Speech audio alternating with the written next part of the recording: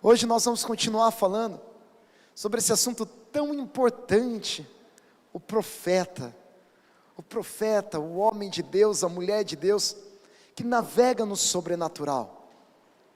Aqueles dons que nós classificamos, que eles são do sobrenatural, que é a revelação do futuro, sonhos, visões, interpretações, tudo isso nós colocamos debaixo desse guarda-chuva do ofício profético.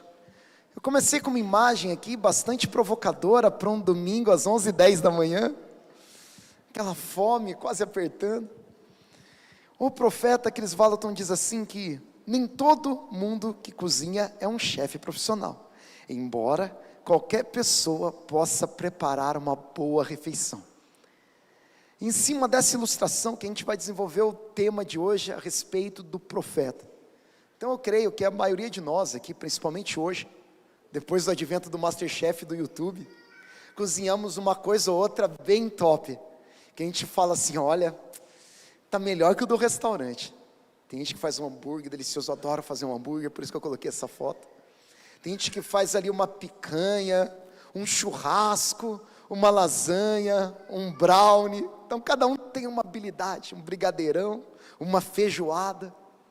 Mas, se você pegar essa pessoa que faz uma comida maravilhosa, ela pode ser um chefe de um restaurante renomado?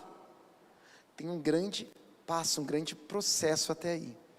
É claro que de repente ela mostra um dom e ela vai desenvolvendo, tudo bem, pode acontecer, mas geralmente não. O que é o chefe de cozinha? O chefe de cozinha não é apenas aquele que cozinha um hambúrguer gostoso, ou faz um doce gostoso, é aquele que coordena toda uma cozinha profissional e sabe preparar e entende dos processos de mais diversos pratos. Ele entende de culinária. Então todos nós podemos fazer uma comida gostosa, mas nem todos nós somos chefes profissionais.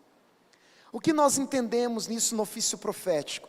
Todos nós temos alguma coisa na área profética, nós temos alguma sensibilidade espiritual, mas nem todos nós somos profetas de ofício.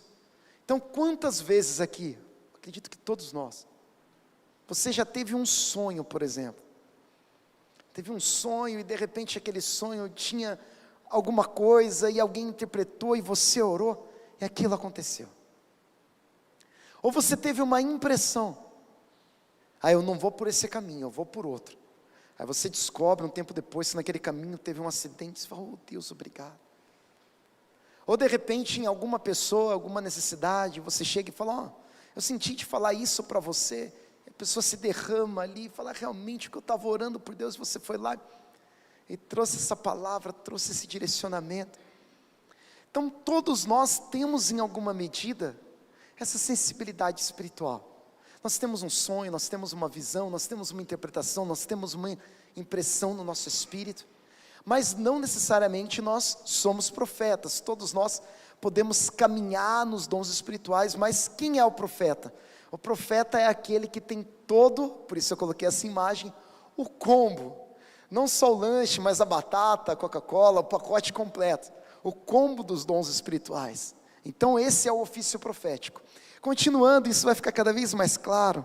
Olha só, igreja, a relação de todo crente com a profecia. Nos últimos dias derramarei do meu espírito sobre toda carne. Os vossos filhos e as vossas filhas profetizarão. Atos 2,17, cumprimento de Joel 2,28. Olha para o irmão que está aí do seu lado. O que você está vendo aí? Um monte de carne, não é? Alguns têm menos carne, outros têm mais carne, outros estão perdendo um pouco de carne, igual o meu caso, que é até bom, glória a Deus, não preciso de toda essa carne que eu carregava, mas todos nós aqui chegamos a uma conclusão, uns mais, outros bem menos, outros a gente tem que procurar se realmente tem alguma carne ali, mas todos nós somos carne, todos nós somos homens, todos nós somos alvos dessa profecia. Derramarei do meu espírito sobre toda carne. Então olha que palavra preciosa isso. Se o Espírito Santo é derramado sobre toda a carne, se a gente acabou de averiguar aqui, que todos nós somos carne, carne e osso, ou seja, nós temos uma promessa de Deus que o Espírito será derramado sobre todos. Olha que bênção. Então, nesse sentido, igreja, todo crente ele tem uma relação íntima com a profecia. Continuando, os vossos filhos e as vossas filhas profetizarão. Então todos nós profetizaremos. Todos nós navegaremos em alguma medida nos dons espirituais. Se você chegar no teu pai, você tem uma relação saudável com ele, ele é um pai muito amoroso, e você vai perguntar alguma coisa para ele, você vai falar alguma coisa com ele, o que ele vai fazer? Ele vai deixar você no vácuo, igual diria a minha geração? Ele vai deixar você sem resposta? O que um pai amoroso vai fazer? Ele vai responder, ele vai falar. E nós somos filhos. Se nós somos filhos, Deus, ele fala conosco. Você é filho de Deus, Deus fala com você. Você é carne, o Espírito Santo é derramado sobre você. Você é filho e filha, homem e mulher, você profetizará.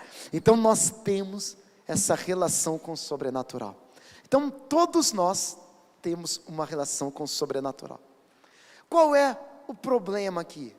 Que a gente precisa diferenciar se a nossa relação com o sobrenatural, ela carrega um ofício profético, um ministério, ou ela faz parte da nossa vida espiritual como cristão. Então existem essas duas esferas. É importante a gente entender. Qual que é a diferença principal, voltando no exemplo do começo, é se realmente é o combo. Uma coisa é você ter uma visão, uma interpretação, sentir algo de Deus.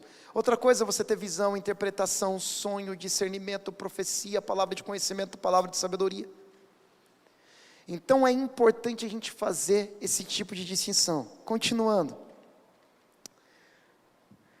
Porque todos podereis profetizar, um por um, para que todos aprendam e todos sejam consolados. Olha que coisa incrível. Todos, sem exceção, podem profetizar. Paulo é claro, profetizar é um dom acessível a todos os filhos de Deus, não um privilégio de uma elite espiritual. Então nós temos esse benefício é maravilhoso. Qual o ponto principal que eu quero trabalhar aqui hoje, igreja? Eu creio que vai ficar muito claro, e vai permitir que a gente avance muito como igreja, vai permitir uma cultura realmente bíblica sobre o mundo espiritual. A gente teve uma fase aí, quem já tem mais 10, 15 anos de crente, que essa primeira parte do que eu estou explicando, ela virou regra geral. Então todos os pastores falavam, todo mundo é profeta. Não sei quem já passou por essa fase. Todo mundo é profeta, todo mundo profetiza. E o que acabou acontecendo em alguma medida?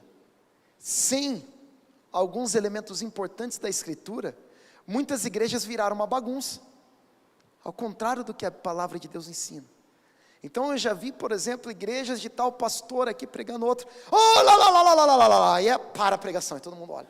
Aí a pessoa sobe, fala uma outra coisa nada a ver com a pregação, e aí outro sobe, e outro fala, e o culto não acaba mais, e vira aquele negócio todo.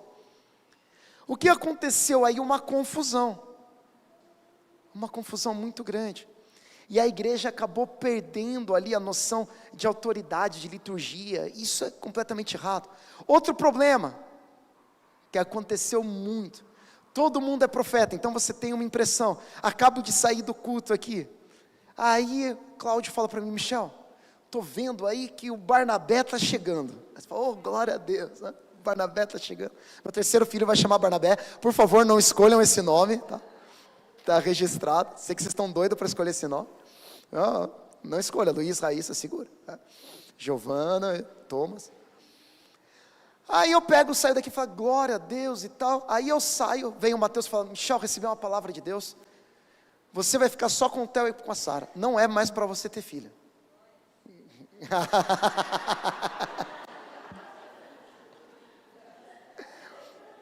Aí eu continuo andando, a Natânia fala para mim, Michel, tive uma revelação, você não vai ter um Barnabé, você vai ter uma menina. E aí eu venho o Roberto, Michel, tive uma revelação com você. Aí eu falei, meu Deus, o que é? É para você adotar um menino e você vai chegar no orfanato, o nome dele é Barnabé. O que acabava acontecendo, gente? Imagina um novo convertido no meio de tudo isso. O cara ficou, meu Deus, o que eu faço? Eu não estou exagerando, gente, eu já vi muito isso acontecer. Já vi muitas pessoas trazerem testemunho assim e ficarem completamente confusas. E aí, o que é pior de tudo isso? Que todo mundo que trouxe essa palavra falou, olha, eis que te digo, o Senhor Deus Altíssimo está dizendo, usou o nome de Deus ali, mandou bala, virou o Paulo da parada, e aí a pessoa sai, meu Deus está meio confuso aí, né? Em eleição então, quantas vezes profecias erradas vocês já viram em eleição? Aí vai ganhar, não vai ganhar, vai perder, não vai perder, vai morrer, não vai morrer, aí você fala, meu Deus, né? Então o que isso traz? Isso traz confusão, isso traz uma brecha para a pessoa falar, já ouvi um monte de profecia, mas eu vou ficar com o que eu quiser. Isso traz uma descredibilização do dom. Então por isso que é importante a gente organizar. Uma coisa é o ofício profético, alguém que desenvolve isso ministerialmente, alguém que está debaixo dessa autoridade. Outra coisa é a tua impressão espiritual, um sonho que você teve, alguma coisa que precisa, assim como aquele que tem ofício profético também, ser colocado ali no ambiente de igreja, ser analisado. Então é importante os dons fluírem, mas é importante eles fluírem debaixo de uma cultura bíblica. Isso vai ficar cada vez mais claro. Olha só, igreja, a profecia de Joel é a democratização da voz de Deus. Se você não gosta desse termo, é a voz de Deus para todo mundo, universalização, o que quiser, tá? Deus fala através do seu povo, não apenas para líderes específicos como no Antigo Testamento.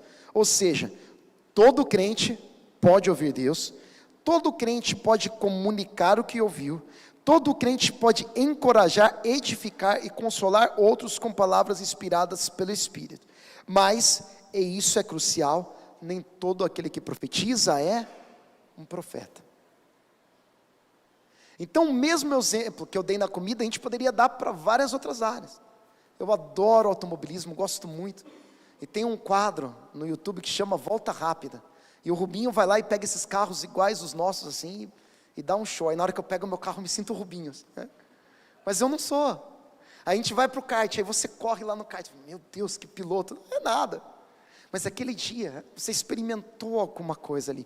Então é muito diferente. A mesma coisa no futebol. Futebol todo mundo acha que é o Ronaldinho. Meu Deus, você não me passou a bola aqui e tal.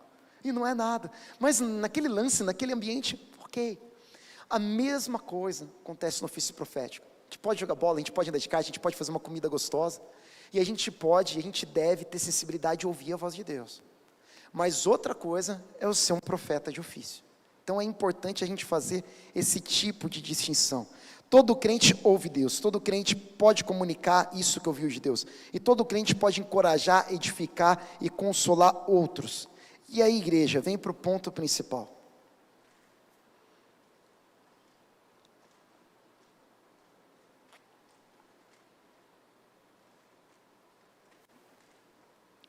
Como que Deus fala no profético, nos nossos corações, na grande maioria das vezes? Se é uma visão, um sonho, talvez seja um pouco mais tranquilo. Mas na ampla maioria das vezes, 99,9% das vezes, Ele fala diretamente ao nosso espírito. É assim que Deus comunica. Então como que isso funciona? Você tem certeza que você é filho de Deus? Você tem? Se alguém perguntar para você como você tem essa certeza, você vai trazer um monte de argumento teológico, mas você vai chegar no fundo e você vai falar, eu sei porque eu sei. Eu sinto isso. Eu tenho convicção disso. Mas por que você tem essa convicção? Por que essa palavra caiu tão forte no teu coração? Sabe qual é o motivo? O Espírito Santo de Deus está dentro de mim e clama, Abba Pai. Então você não tem certeza que você é filho de Deus? Tem. Por que você tem essa certeza? Porque o Espírito Santo, Ele comunicou essa verdade no seu coração. Então você já ouve Deus, você já se comunica com Deus, você já tem sensibilidade espiritual, você se converteu, você aceitou Jesus, você se batizou, você faz parte agora desse mistério, desse ministério, desse corpo, dessa realidade espiritual. Então o Espírito Santo fala com você no íntimo, através de impressões, de pensamentos, de verdades que batem no teu coração, e você, como que eu pensei isso? Como que isso veio? Nas pregações, muitas vezes, nós vemos o caminhar do culto, a abertura, o dízimo, as músicas, e você vai vindo a um dirigido do Espírito Santo. Mas eu tenho, aqui para mim, se a gente for perguntar isso, poderia até fazer uma pesquisa, talvez a Patrícia e o Igor podem até ter combinado lá, né? São dentro da mesma casa. Mas, Deus não chegou e falou: oi Igor, bom dia. O seguinte, hoje você vai trazer essa mensagem, foi assim, Igor? Não. Poxa, que pena, ia ser mó legal se fosse assim, vai. Isso é um testemunho da hora.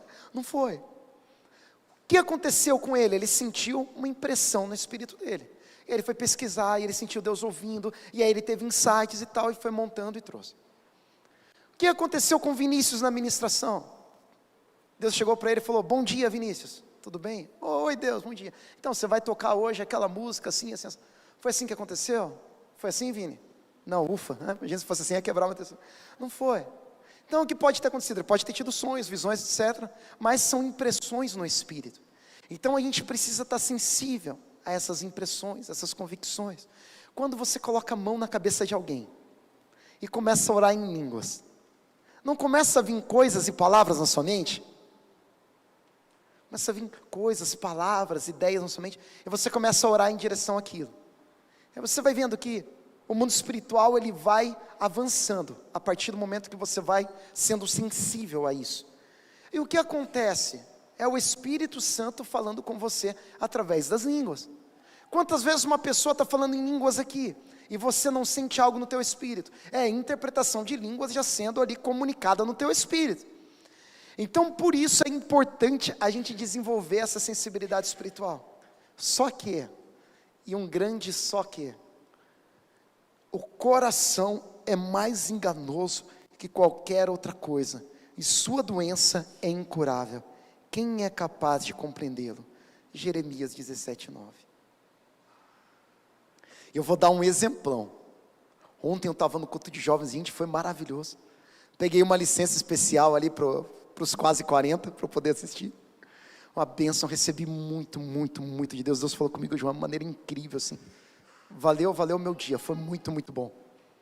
E uma grande experiência que a gente tem vendo os jovens, ou como líder de jovens, é que se tem um bonitão no grupo, você agora acho que não tem, né? Não vi nenhum bonitão. Se tem um bonitão assim, muito fora da curva no grupo, assim, bem assim, uau! O que acontece, gente? Você chega a 5 ou 6 meninas e vem falar com o líder: ai, Marcinho, Deus falou que eu vou casar com o bonitão. Aí vem uma segunda e fala: senti. Na hora que ele estava ali erguendo a mão, Deus falou: é ele. Aí a terceira, aí eu falei que se ele vir de jaqueta jeans, ele veio de jaqueta jeans. Não. Então vai ter umas 5 pessoas que sentiu no espírito que vai casar com o bonitão. E aí tem lá o mais feinho, o mais, né? Mais lá. Aí ninguém chega no Marcinho e fala: olha, Deus foi lá e me revelou que eu vou casar com aquele lá. Qual? Aquele lá, Marcinho, é aquele lá, meu Deus, assim, ó, a coisa do Senhor, assim, oh glória, você me ajuda em oração? Por que acontece tanto isso? Porque o nosso coração é enganoso. Então a partir do momento que a gente sente a impressão no nosso espírito, e não é uma voz audível, não é uma visão, a gente está sujeito a esse tipo de coisa. A gente está sujeito a esse engano. A nossa impressão tende a cair para onde o nosso coração quer ir. Então você vai escolher um carro, e o seu coração vai para onde? Para o carro mais bonito, para o carro mais legal, não é? Dificilmente ele vai, não é a hora ainda. Geralmente ele vai para aquilo que o teu coração anseia. Ou ao contrário, se você é muito sovina, o teu coração vai, não é agora, e você gosta de ver o dinheirinho parado lá. Então é muito perigoso a gente desenvolver no mundo espiritual. Por quê? por causa do nosso coração. E para o bem também. Eu sinto uma impressão no meu espírito a respeito do Caio. Falo que Deus vai fazer isso, mas eu gosto muito dele. Será que eu estou trazendo aquilo porque eu gosto dele? Ou será que eu estou trazendo aquilo porque veio de Deus? Ou pior, eu não gosto de alguém, dou aquela palavra, olha, você precisa se converter, e é porque eu não gosto. Então nosso coração ele é perigoso, ele é enganoso, e como nós recebemos de Deus por meio de impressão, esse terreno é muito, muito, muito difícil. O conselho que eu dou, igreja, se você ainda não tem ofício profético, qual é um conselho importante? Pastora Regina, eu estava orando por você, e eu senti de Deus, não precisa falar, eis que te digo, nada disso, é muito arriscado. Eu senti de Deus, pastora, que você estava ansiosa, que estava acontecendo isso, aquilo, faz sentido? Ela fala, faz sentido sim. E aí de repente ela fala, você fala, tudo bem. O que é isso? É um caminho seguro, inclusive, para você desenvolver os dons. Vai que pisou fora da curva, né? Ela fala, não, estou super feliz. Você fala, tudo bem, então você volta para casa. Agora você fala, olha, Deus falou, Regina, que isso. Então é um caminho mais seguro. Vini, eu estava orando por você. Eu senti isso. Faz sentido? Vamos orar junto? Então é importante a gente caminhar, dar passos ali em humildade. A gente ir devagarzinho, a gente ir experimentando. Palavra de conhecimento, palavra de sabedoria. Para depois disso, a gente vai avançando no discernimento. E como que a gente previne isso? Não vou soltar o problema aqui sem uma solução, né? Olha só.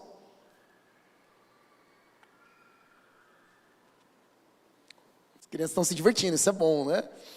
Sensibilidade profética. Como que a gente evita aqueles problemas que eu mostrei lá para você no começo? Primeira coisa aí, igreja como corpo. Então a partir do momento que você tem a impressão, a sensibilidade espiritual, e você coloca isso para a igreja como corpo, ela vai ajudar você. Então gente, é perigosíssimo.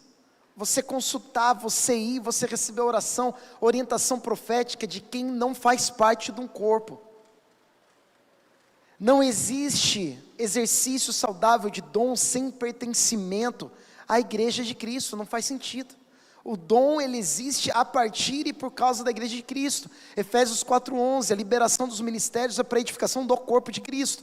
Dom fora do corpo de Cristo vira mandinga, dom fora do corpo de Cristo vira paganismo, dom fora do corpo de Cristo vira feitiçaria. Muito perigoso isso. Então a primeira coisa, esse dom ele precisa funcionar dentro do corpo de Cristo. Está dentro do corpo de Cristo? Está dentro de uma igreja? Está dentro de uma comunidade de fé? Porque o corpo de Cristo ele vai ajudar a regular o exercício desse dom. Segunda coisa importantíssima, discipulado. O profeta ele precisa ter alguém para quem ele presta contas, ele precisa ter alguém ali que vai orientá-lo.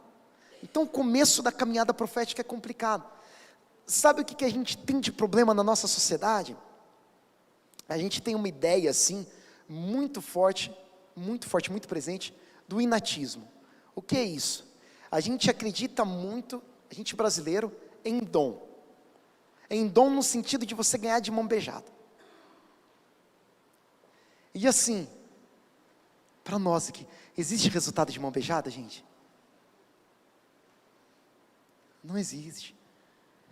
Então é preciso um exercício, e quando a gente cai no mundo espiritual, aí que a gente vem com essa ideia mesmo.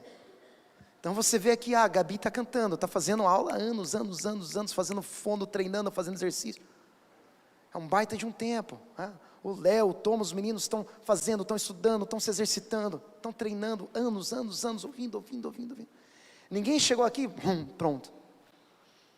Mesma coisa, em qualquer atividade da nossa vida. A pessoa começou a ganhar dinheiro de repente, vai ver o de repente, vai ver o quanto ela se esforçou, o quanto ela plantou, o quanto ela estudou, o quanto ela vendeu, quantas portas bateram na cara dela. Então a gente precisa tirar essa ideia do de repente, não só de dons da nossa vida, isso não existe. E o discipulado é o quê? O desenvolvimento no dom. Um profeta, gente, não vai nascer de uma hora para outra. Nasceu um profeta lá e ele vai estar todo pronto, todo preparado. É um trabalhar. Quando a gente volta para o Velho Testamento, existia algo chamado escola de profetas. O que era essa escola de profeta? Porque o profeta nascia pronto? Não. Então você treinava, você buscava, você desenvolvia. Então é muito importante a gente ter essa humildade. Eu estou desenvolvendo aqui, mas como que eu estou desenvolvendo? Preciso de ajuda para isso. E o último ponto, de como a sensibilidade profética ela tem que atuar, debaixo da Escritura. Se a orientação de Deus não está dentro da Escritura, ela está equivocada. Então nós precisamos julgar as profecias. Só para a gente buscar aqui. A gente tem uma ideia do Velho Testamento, a gente precisa ter uma ideia do Novo. Como era o ofício profético no Velho Testamento? O profeta acertava, amém, ele errava, você matava apedrejado. Era esse sistema. Muito funcional, dava super certo. Ok, para aquela época. Bem rápido, ali, teve um número certo, 3, 4 testemunhas, falou que o profeta estava errado, apedrejou, pronto. A gente diz, é um sistema infalível. Tá? No Novo Testamento, o que acontece? Você tem o Espírito Santo liberado a todos. E aí dentro do corpo da igreja, existe uma palavrinha, que nós devemos julgar as profecias. O que é julgar? É analisar criteriosamente aquilo que veio até você, e a partir dessa análise tomar uma decisão. Não é isso que um juiz faz? Ele analisa o advogado, ele analisa a promotoria, ele analisa as provas, a partir de uma análise criteriosa e sábia, ele toma uma decisão. Então é importante a profecia entrar aqui nessa linha das Escrituras. Eu gostaria de trazer uma reflexão para vocês, e aqui a gente vai fechar o que a gente começou na semana passada. Eu falei a respeito do oráculo, que o profeta muitas vezes na igreja, ele vira aquela pessoa que você vai lá, pergunta, para saber se eu devo sair do emprego, se eu devo casar, se eu devo largar, se eu devo namorar, se eu devo ir no banheiro, se eu devo tomar remédio. Você vai lá, Marli, faz isso ou não faz? Não, não faz. Ah, faz. Eu já coloquei que isso é muito parecido com o paganismo, e isso é estritamente perigoso, muito perigoso. Agora é importante, Deus pode orientar você a fazer uma coisa ou outra? Com certeza. Tudo bem, gente? Não estou dizendo que Deus não orienta, Deus pode orientar sim, com certeza. Agora um outro ponto, toda decisão que você faz é orientada dessa maneira? De maneira alguma. Então vamos imaginar, se todas as decisões nossas, a gente pudesse usar o Urim e Tumim, sim ou não, do Velho Testamento, ou usar um profeta como oráculo, para quê? Vem comigo, para quê a gente precisaria de Provérbios de Salomão? Se todas as decisões o profeta tomasse pela gente, joga Provérbios fora, não é? Por que a palavra de Deus nos ensinaria a tomar decisões, se a gente vai lá no profeta e pergunta se a gente faz ou se a gente não faz? A gente poderia jogar não só Provérbios, mas boa parte da Escritura fora. E o que às vezes acontece, pessoas realmente fazem isso. Então eu vou trazer um exemplo aqui, só para deixar isso muito claro. As duas principais decisões da minha vida, que eu não tomei baseado no direcionamento profético. A pastora Marli pegar e falar assim, ó, faz ou não faz. Primeira decisão, foi muito, muito importante, a respeito da minha carreira. Queria muito ser pastor. Queria muito, orei e busquei. Assim, ó, vai lá, dá um direcionamento profético, vai lá, fala, vai, não vai. E aí a Marli pegou e a gente tinha orado e jejuado. Né? A pastora Marli, Michel, vem cá, fogo, glória, pronto. Agora Deus fala o que é para fazer. Aí a pastora Marli falou o seguinte, Deus mostrou, Deus mostrou, já comecei a me animar. Deus mostrou duas coisas, ou você escolhe isso, ou você escolhe aquilo. Pô, legal, hein, Deus? Na hora que eu ia passar a responsabilidade, Deus não deixou ali aquela possibilidade de eu jogar a responsabilidade para Ele, deixou eu escolher, ou é isso, ou é aquilo. Deus, eu tive que escolher, então foi uma escolha minha, isso é muito importante. Outra coisa que aconteceu, na minha vida sentimental, a mesma coisa, não teve uma profecia para mim, falei, olha, é aquela menina, e tal. Não teve.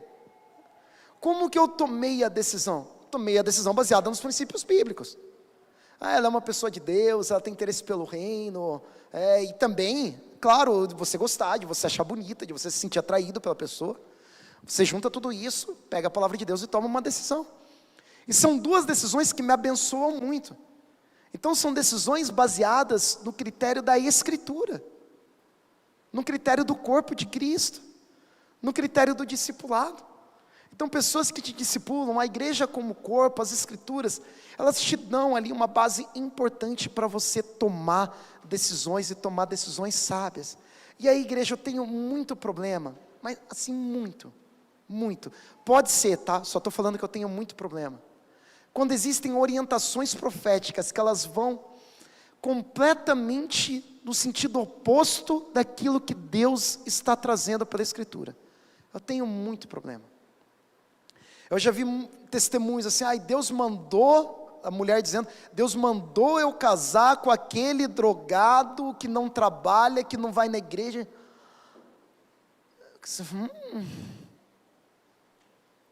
Quem é pai de menina aqui? Você mandaria sua filha fazer uma coisa dessa? Você e eu, que a gente é mais ou menos, você acha que Deus mandaria? Meu Deus do céu, a pessoa vem, eu não queria, mas Deus mandou. E aí entra quem pensa, né? Por isso que é difícil, aí quem pensa um pouco na igreja fala, um bando de louco, e está certo. Mas ainda, meu Deus, o que está acontecendo? Gente, olha o absurdo. Então, passa pelo crivo das Escrituras. Gente, olha lá em Provérbios, vê se essa é uma boa decisão. Não é uma boa decisão, gente, é uma decisão terrível. E aí usa do quê? Voltando, do coração enganoso. Por quê? Porque a menina está apaixonada pelo drogado que não trabalha, precisa dar uma desculpa e arruma uma profecia para isso.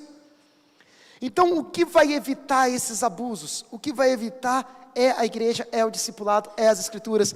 Essa pregação que eu estou fazendo, que podia ser mais legal, né, mais enfática, essas pregações um pouquinho mais conteudistas, que ajuda a gente a construir uma cultura correta. Olha o ofício profético. E ele designou alguns para apóstolos, outros para profetas, outros para evangelistas e outros para pastores e mestres. Então aqui o profeta, ele é um dos 5 ministérios, aquele que edifica a igreja. E o ofício profético, o profeta não é apenas alguém que teve algum dom espiritual ou tem, mas aquele que detém todos os dons espirituais que fazem parte do seu ministério. Sabedoria, conhecimento, discernimento, profecia, sonhos, visões, línguas espirituais, idiomas, interpretação. Então o profeta é quem tem o combo, quem tem todo o exercício de dons. Por quê, gente? Sabe o que vai evitar aquele problema do coração? O dom de discernimento, a experiência, o conhecimento das Escrituras. Ele está dentro da igreja. Alguém que exerce o ofício profético, alguém que foi treinado, alguém que foi capacitado, é alguém que até já errou, mas foi corrigido, foi preparado para aquele lugar. Então é muito importante a gente fazer essa distinção. O profeta, ele tem responsabilidade de formar cultura, treinar outros e corrigir rumos espirituais. Esse daqui é o exercício do ofício profético. Então o profeta não está para falar sim ou não para você. Deus pode trazer isso maravilhoso, mas o papel principal dele é formar cultura, treinar outros e corrigir rumos espirituais. Deus mostra para ele, Deus dá visão para que ele possa desenvolver essa cultura do sobrenatural da igreja, para que ele possa corrigir rumos. Deus vai dar essa sensibilidade para ele. Seu papel é edificar a igreja como corpo, não apenas encorajar indivíduos.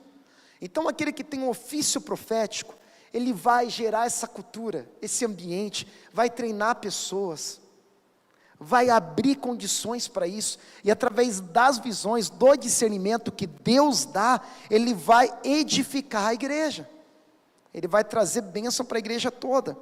Em terceiro lugar, ele opera com autoridade reconhecida e prestação de contas dentro de uma comunidade madura.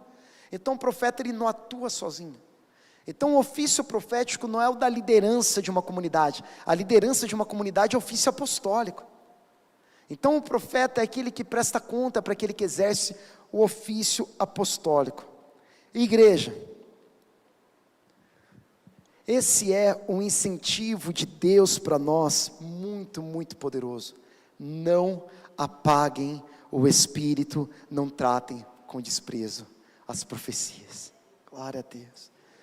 Para que Deus está formando, e aqui eu estou encerrando essa parte do ofício profético, porque Deus está trazendo isso para a gente, não para a gente evitar, mas para a gente formar uma cultura e a gente trabalhar isso de uma maneira tão preciosa, tão poderosa, tão do céu, igreja, que vai gerar um impacto maravilhoso no mundo, para a gente ser uma comunidade de fé, assim como a igreja primitiva o era. O que vai acontecer? A gente não vai criar uma igreja independente, a gente não vai criar uma igreja que trata a profeta como oráculo, a gente não vai tratar a igreja como pessoas que não assumem responsabilidade diante de Deus e só querem correr atrás de profecia. A gente vai formar uma igreja de filhos, uma igreja madura, uma igreja que vai atrás, uma igreja que desenvolve uma cultura que ouve a Deus, que aperfeiçoa os dons, e que a profecia deixa de ser uma mercadoria, deixa de ser uma troca, deixa de ser uma dependência, e começa a ser algo que trabalha para edificação, para multiplicação, para formação de cultura, para transformação.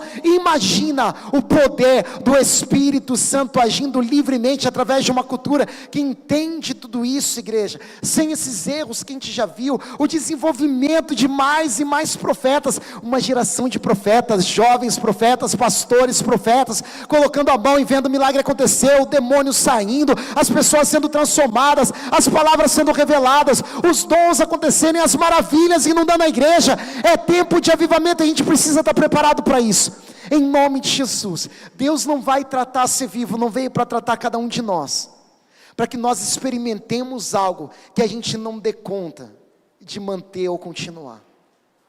Eu quero com você, debaixo da unção de Deus, eu creio que esse tempo ele é absurdamente profético.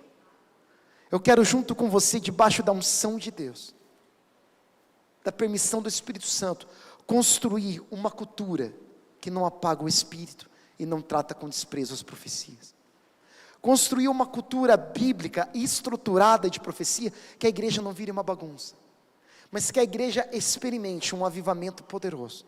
Que a igreja experimente os dons, que todo mundo que entrar nesse lugar seja tocado pelo Espírito, ouça a voz de Deus, que tenha um mover poderoso. E acima de tudo, quando a gente constrói sobre essa edificação sobre a palavra, a gente construindo junto, nós estamos construindo sim para a volta de Cristo, mas nós estamos construindo algo fundamentado na palavra, nas escrituras, nessa estrutura sólida, para as próximas gerações.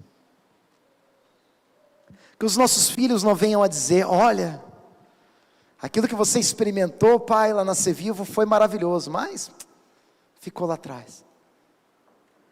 Mas quando a gente trabalha com estrutura, quando a gente faz uma obra e levanta e coloca as edificações de uma maneira bem feita, aí esse prédio ele cresce, e tem condição de continuar de pé. Que em nome de Jesus, eu e você, que sejamos essas colunas, essas pedras preciosas da igreja, que vão permitir não somente que a Ser Vivo cresça, porque eu creio que o tempo de crescimento é chegado, mas não apenas que nós cresçamos, mas que nós cresçamos dessa maneira, que nós cresçamos com uma cultura bíblica correta, uma cultura que seja sustentável, e que a gente possa olhar daqui a 20, 30 anos, para os nossos filhos, aqui na frente, ou aí sentados, ou com unção de rei, ou com sacerdócio, fazendo tudo e fazendo tudo ainda mais. Que a gente não venha olhar a próxima geração perdendo aquilo que a gente construiu, mas que venhamos a construir dessa maneira, edificada sobre a rocha, para que as próximas gerações construam ainda mais do que nós construímos, em nome de Jesus. Eu convido você a levantar suas mãos, a se levantar do seu lugar.